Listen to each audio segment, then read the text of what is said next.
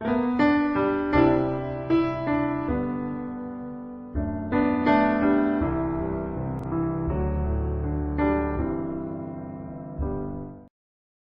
кръщение е основополагаща истина. И е една от онези основополагащи истини, за които книгата Евреи говори, че не трябва да ги губим, защото не можем да ги положим отново като основа на нашата вяра, и изрежда покаянието, вярата. И третото нещо, което споменава, е водното кръщение. За това да поговорим за него. Ето текста за запаметяване. Матей 28, стих 19. Нека всички да го прочетем. И тъй идете, научете всичките народи и кръщавайте ги в името на Отца, Сина и Святия Дух. Матей 28, стих 19. Ако научите наизуст тези стихове, те ще ви дадат много по-добро разбиране за това какво казва Библията по всички други теми. Така че силно подчертавам това. Водното кръщение не е просто ритуал, традиция или церемония. Не, то е велико преживяване в живота на християнина, в живота на вярващия. Цитирах това преди малко. В Евреи 6 глава се говори за полагане на основата. Не полагайте основата отново и пак отново. Но се казва, нека да продължим към други истини и започва да ги изброява. Третата е учението за кръщенията. Множествено число е. С други думи, има повече от едно кръщение. В този конкретен урок ще говорим за водното кръщение. В Деяния 2 глава, стихове от 38 до 41, там Петър проповядва на деня на Петдесятница и те го питат, какво да направим? И той казва, и всеки от вас нека се кръсти. И се казва, че онези, които с радост приеха думите му, се кръстиха. Така че точно това обсъждаме тук. Първият въпрос, на който ще отговоря е, какво означава думата кръщение? Ето библейското значение. Думата кръщение в Библията буквално означава да се потопиш, да потънеш, да се потопиш изцяло. Думата потапяне вероятно е много подходяща, защото буквално означава да влезеш напълно под водата. Това е библейският пример. Не казвам, че хората, които се поръсват, правят нещо нередно. Просто казвам, това е библейския модел. На определени места по света, където няма много вода, не бих казал, че някой прави нещо нередно, ако поръси някого или излее вода върху него. Защото не водата, а изповедта е свидетелство за тяхната вяра. Но там, където има вода, мисля, че трябва да следваме библейския пример, а той е чрез потапяне. Добре, вторият въпрос, който имаме е, защо практикуваме таинството на кръщението? Първо, Исус го заповяда. Ако Исус ни казва да направим нещо, вярвам, че трябва да го направим. Той ни казва това. Това е много ясно в Матей 28 глава. В стих 20 той казва, идете, научете всичките народи и кръщавайте ги в името на Отца и Сина и Святия Дух, като ги учите да пазят всичко, което съм ви заповядал. В много култури, като например в Индия, моментът на прекъсване с индуизма е кръщението в вода. Няма да имаш проблеми, ако приемеш Исус за Месия, само ако си запазиш останалите 300 милиона хиндуистки богове. Но в момента, в който се кръстиш, това те откъсва от всички останали богове и религии. Така че Индия е добър пример за всички нас. Затова Исус ни заповяда да се кръстим. Освен това, Исус стана наш пример, защото самия Той беше кръстен.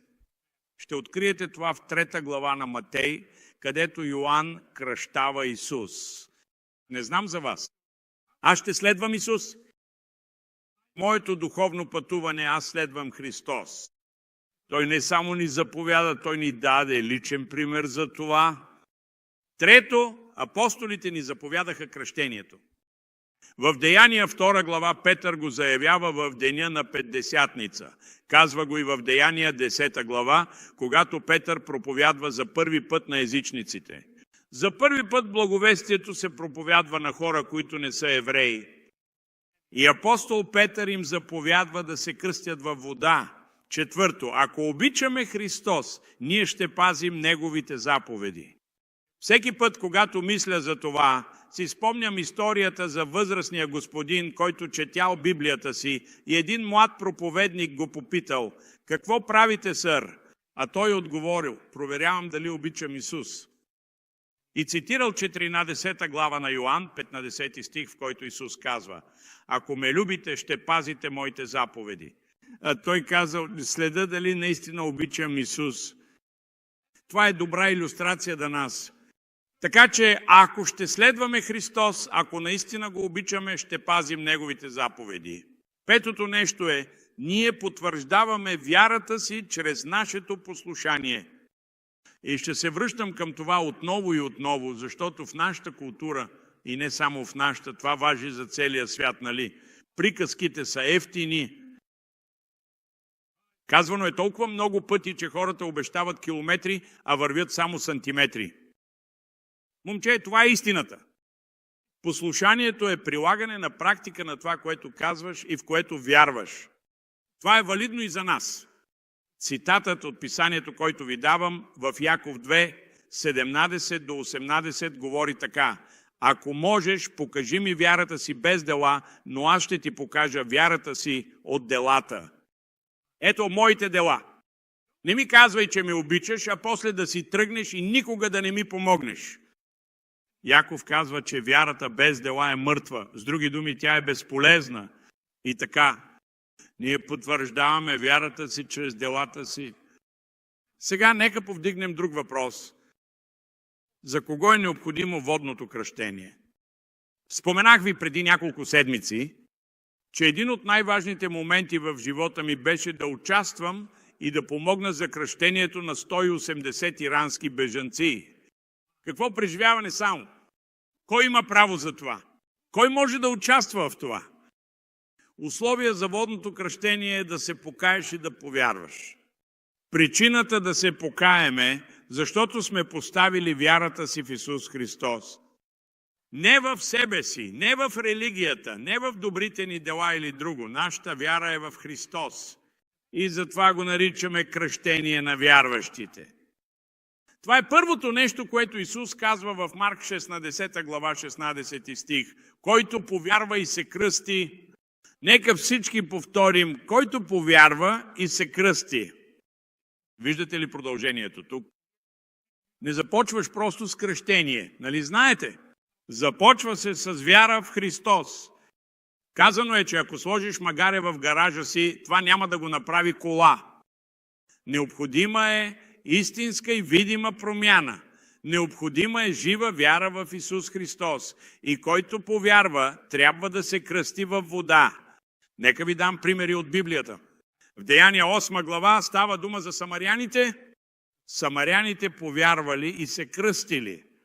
В Деяния на апостолите 8 глава, стихове от 35 до 38, е описано как етиопският скопец срещнал дякон Филип и той изповядал: вярвам в Исус Христос.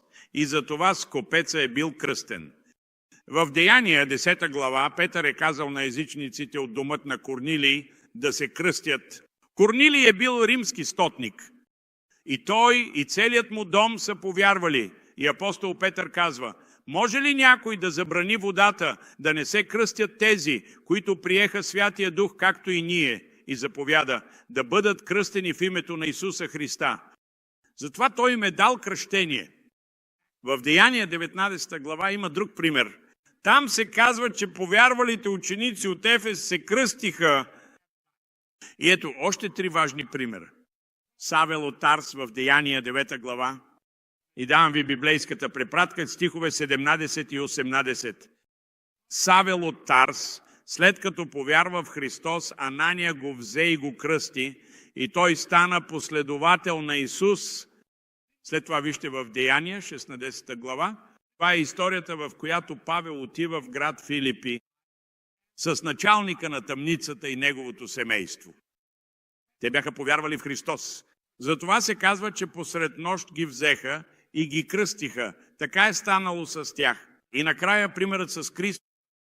Това е в град Коринт. Крисп е бил началник и надзорник на синагогата в Коринт. И Библията казва, че е повярвал и е бил кръстен.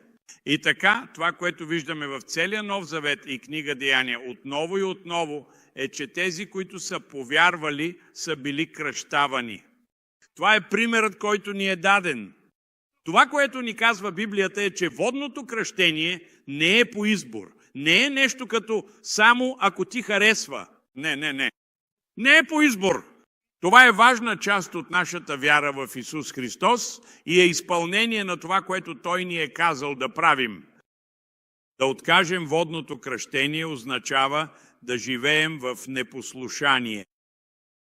Това е все едно да кажем, не искам тази част. Вярата в Христос, приятели, не е шведска маса, на която отиваш и казваш, а това ми харесва, а това не ми харесва. Вярата в Христос означава да го направиш господар на живота си. Не, ние не сме съвършени. Но Той е съвършен. Ние не сме богове. Той е Господ. Ние сме новородени от духа. И сега в живота ни е започнала една трансформация, или както обичам да казвам, духовно пътешествие. И ние постепенно напредваме. Но да отхвърлим водното кръщение, това е много погрешно решение, защото тогава отхвърляме примерът, който Исус ни е дал. Въпросът, който етиопският скупец зададе, мисля, че е добър за всеки един от нас. Какво ми пречи да бъда кръстен? Деяния 8 глава, стих 36. Това е въпросът, който всеки трябва да си зададе. Ако ще следвам Исус, тогава какво ми пречи да се кръстя във вода? Водното кръщение включва изповед на вяра. Познавам проповедници, които споделят. Знаете ли, докато кръщавам хора, аз ги кръщавам, но те не правят изповед. Не казват в кого вярват. Нямат изповед на вяра и на ценности. И мисля, това е недостатъчно. Не ги осъждам и не казвам, че правят нещо грешно, но мисля, че пропускат нещо много важно тук, защото става въпрос за изповед на вяра, че Исус Христос е Господ на нашия живот. Искам да прочета този стих от Писанието, който е в Римляни 10 глава, стихове 9 и 10. Той прави нещата много ясни. Защото ако изповядаш с устата си, че Исус е Господ и повярваш със сърцето си, че Бог го е възкресил от мъртвите, ще се спасиш. Защото със сърце човек вярва и се оправдава, и с уста прави изповед и се спасява. Вече няма нещо нередно между нас и Бог, станали сме напълно праведни и затова Той казва, със сърцето човек вярва и се оправдава и с устата прави изповед и се спасява. С други думи, както каза Яков, нашата вяра не е мъртва, защото действа. Ние действаме според това, в което вярваме. Ние правим изповед с устата си, за това, в което вярваме със сърцето си. И вярвам, че това е много важно. Спомням си историята, която разказват за район, където е имало много гонения срещу християните. И така, всеки християнин, който отивал там, те просто го малтретирали, правили му ужасни неща. И така, изпратили един млад мъж да провери дали може да се започне служение. Той се върнал и казал, те са добри хора. Те никога не са ми създавали проблеми. Попитали го, не преживяли гонение. Не, отвърнал той. Те дори не предположиха, че съм християнин. Сега се страхувам, че твърде много християни живеят живота си по този начин. Аз не искам да живея така, като мълчалив или таен вярващ. Искам да следвам примера на Христос. Това е причината, поради която кръщението във вода не се отнася за бебета. Те не могат да направят изповед на вяра. Хората, понеже обичат децата си, ги кръщават, защото искат да са сигурни, че ще отидат в рая, ако нещо им се случи. Позволете да ви кажа, вашите бебета са много по-праведни от вас.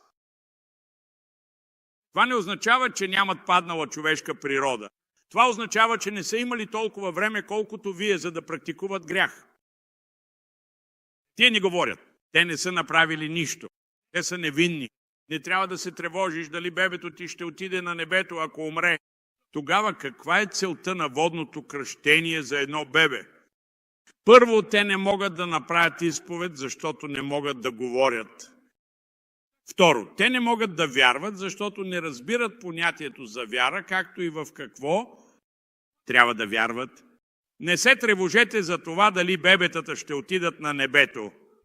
Ако нещо им се случи, сигурно ще стигнат там преди нас. Но истината е, че те нямат участие в кръщението, защото все още не могат да повярват и да изповядат, че Исус Христос е Господ на живота им. Сега, нека поговорим за значението на водното кръщение като обред. Мисля, че тук стои въпросът какво го прави толкова реално за нас. За някои хора това може да е символ, но кръщението във вода е много повече. Това е истинско духовно преживяване. Аз бях кръстен във вода, когато бях още момче. Бях на 11 години и все още си го спомня много ясно, защото то означава много за мен. А аз бях просто едно момче, бях един от 5 кандидати, които бяха кръстени в този ден. Имаше 4 възрастни и след това кръстиха мен. Обикновенно не кръщаваха деца, защото децата може би не разбират, а просто имитират възрастните. Те просто искат да угодят на родителите си или нещо такова. Но ми зададоха много въпроси и се убедиха, че Бог действа в живота ми. И беше така. Аз бях много сериозен относно вярата. И помня, че преживяването с водното кръщение се превърна в определящ момент в живота ми. Нещо свръхестествено и нещо духовно се случи в живота ми в този ден. Затова бих ви насърчил, не правете нещо просто по религиозен навик, а действайте според вярата си. Превърнете вярата си в действие и следвайте примера на Христос с цялото си сърце.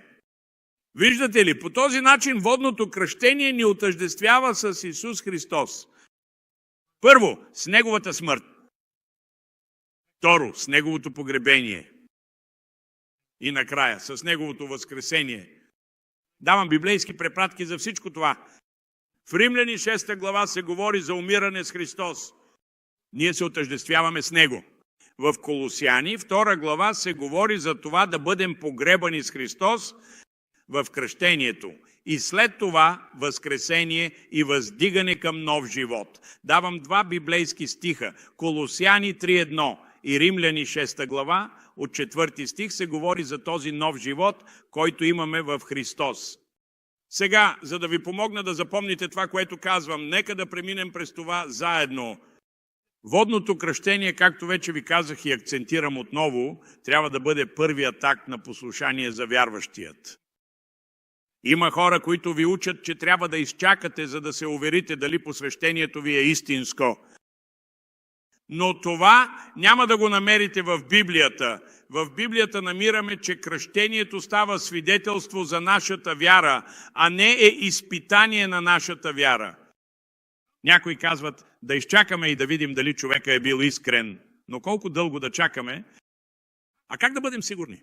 Имало е хора, за които съм мислил, че са искрени, а после се оказва, че са правили големи грешки. Знаете ли, и аз самия понякога не съм се справил добре. Разбирате ли? Никой от нас не е съвършен. Кръщението не е изпит.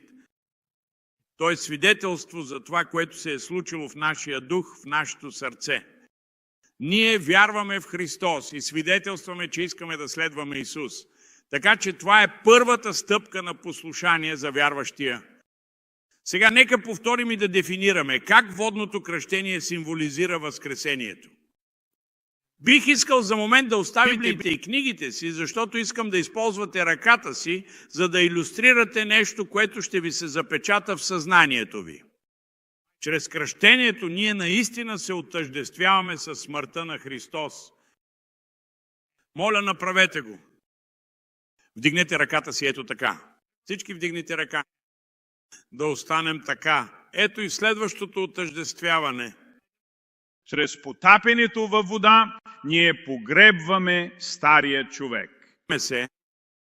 Слава Богу, че не ни държат под водата твърде дълго. Един пастор каза, аз ги държа под водата, докато не спрат да излизат балончета. Не. Не в това е смисъл.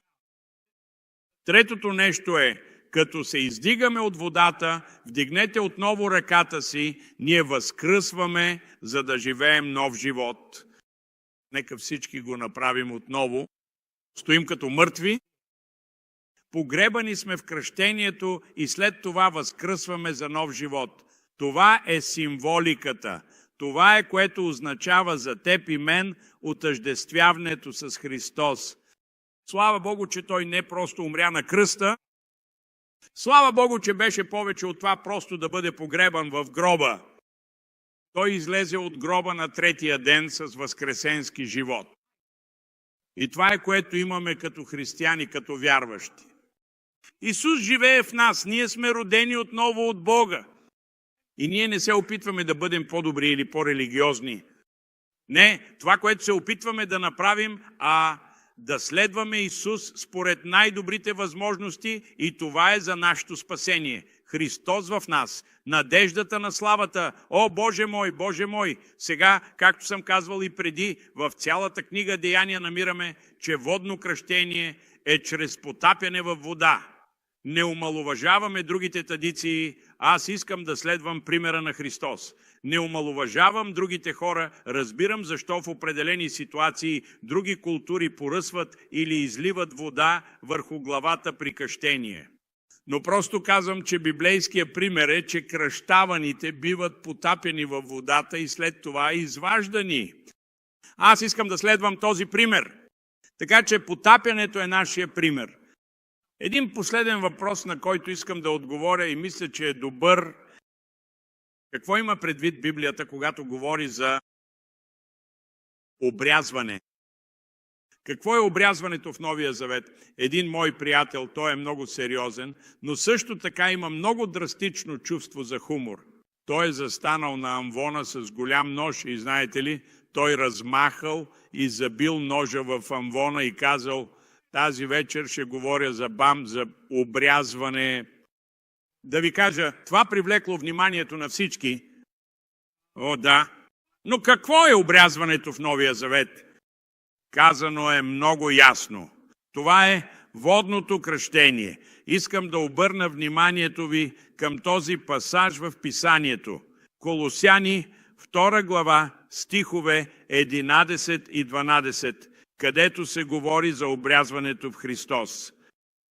Какво казва за обрязването в Христос? И продължава в стих 12, като казва: погребани с Него в кръщението, в което и бяхте и възкресени с Него чрез вяра в действието на Бога. Така че тук се казва, че водното кръщение означава за теб и мен като християни същото, което обрязването е означавало за евреите. Бог заповяда обрязването на евреина Авраам. И той беше първият обрязан. Вижте Битие, 17 глава, 11 стих. Там обрязването става знак на неговия завет. Той каза: ще носиш този белег в плътта си като знак на твоята вяра. Това е в Битие 17 глава. И така, в Новия Завет имаме това, което се нарича знак или печат на Новозаветния завет. Водното кръщение. Виж Галатяни 3:26 до 27. Ние не практикуваме обрязване, както го правеха юдеите. Това е техния печат на завета им с Бога. Печатът или знакът на нашите взаимоотношения с Бога е водното кръщение. Да бъдеш кръстен, да бъдеш погребан с Него в кръщението е това, което Павел нарича обрязване в Христос. Така че, казано съвсем просто, водното кръщение е знак или печат на нашата вяра или нашия завет. Това е връзката ни с Бог. Пример за това е нещо, което много добре разбираме в нашата култура. Аз нося брачна халка. Не е нужно да казвам на никого, че съм женен мъж. Всичко, което трябва да направя, е просто да покажа ръката си. В момента, в който видят ръката ми, виждат, че имам заветна връзка с моята съпруга. И всеки, който види това, знае и разпознава, че това е знак или печат на моя брак. Същото е вярно и за водното кръщение. Водно кръщение не е за отмиване на греховете ви. Не. Спомням си, че веднъж разговарях с един проповедник. Той говореше за това, че водата отмива всичките ни грехове. Казах му, за това Ню Орлианс е град на греха. греховете от кръщенията в река Мисисипи, са се натрупали точно там. Не. Вие знаете много добре. Кръщението е нещо духовно, което се случва с нас. То е духовно преживяване, чрез вяра в Исус, който умря за мен, който бе разпънат, погребан и възкръсна. Аз влагам вярата си в Исус Христос и чрез водното кръщение свидетелствам, че вярвам в това, което Исус направи, че умря, беше погребан и възкръсна. И сега аз се посвещавам на същото духовно пътешествие. Водното кръщение е това, което обрязването беше и означаваше за юдеина. То стана външен знак и печат и стана свидетелство за вътрешното дело на благодата, за вътрешното дело на Бога в нашия живот. Ако не сте били кръстени във вода, бих ви насърчил. Следвайте Исус Христос с целия си живот. Следвайте го в послушание. Ако следващата неделя има водно кръщение, просто се свържете с пастора тази седмица. Кажете му: не съм кръстен във вода, но искам да дам знак и свидетелство, че ще следвам Исус. Ако все още не си последовател на Исус, няма по-добро време от това сега да станеш. Това е денят за твоето спасение. Какво чакаш? Исус Христос е жив и реален. Той умря, но и възкръсна. И сега е жив завинаги, за онези, които ще повярват в Него. Както казах, ние не сме перфектни. Не, това не е съвършенната църква. Има много хора, които търсят да се присъединят към някоя съвършенна църква. Няма такова нещо. Ние сме просто хора, които посвещават живота си да следват Бог чрез вяра в Исус Христос. Моля ви, наведете главите си. Усещам, че Светия Дух говори на някой от вас точно сега. И ако никога не сте изповядвали Исус Христос като свой Господ, но искате да го направите днес и да кажете: искам да посветя живота си на Христос. Искам да следвам Исус с цялото си сърце. Ако това сте вие, бихте ли просто вдигнали ръка и казали: проповедник,